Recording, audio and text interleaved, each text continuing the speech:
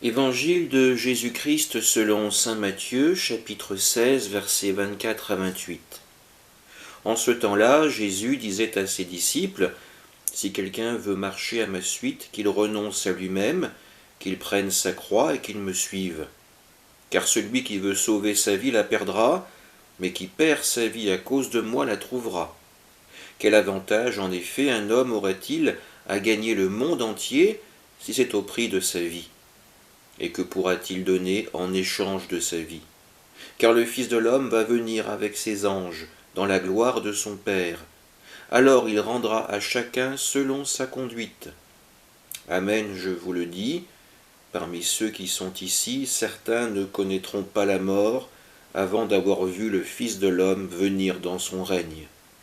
Acclamons la parole de Dieu. Des paroles de Jésus qui ont du mal à être entendues aujourd'hui. Renoncer à soi-même, porter sa croix. Tout dans le monde d'aujourd'hui nous invite plutôt à ne penser qu'à nous-mêmes, à refuser toute souffrance, toute difficulté, toute frustration. Nous n'existons que pour voir nos désirs s'accomplir immédiatement. Jésus, lui, vient pour nous permettre de rentrer dans une vie bien supérieure, une vie d'alliance avec Dieu, une vie orientée sur le beau, sur le bon, sur la vie éternelle. Quel avantage un homme aura-t-il à gagner le monde entier, c'est au prix de sa vie. Jésus, encore une fois, nous recentre. Que voulons-nous faire de notre vie ?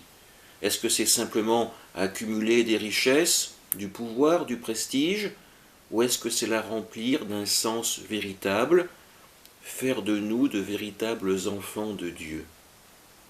Toutes ces questions, nous pouvons nous les poser à chaque fois que nous prenons la parole, que nous posons un acte.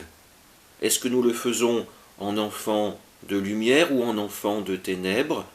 Est-ce que nous voulons marcher avec notre croix aidée par le Christ, ou est-ce que nous préférons marcher sur les cadavres de ceux que nous aurons abattus ? Amen.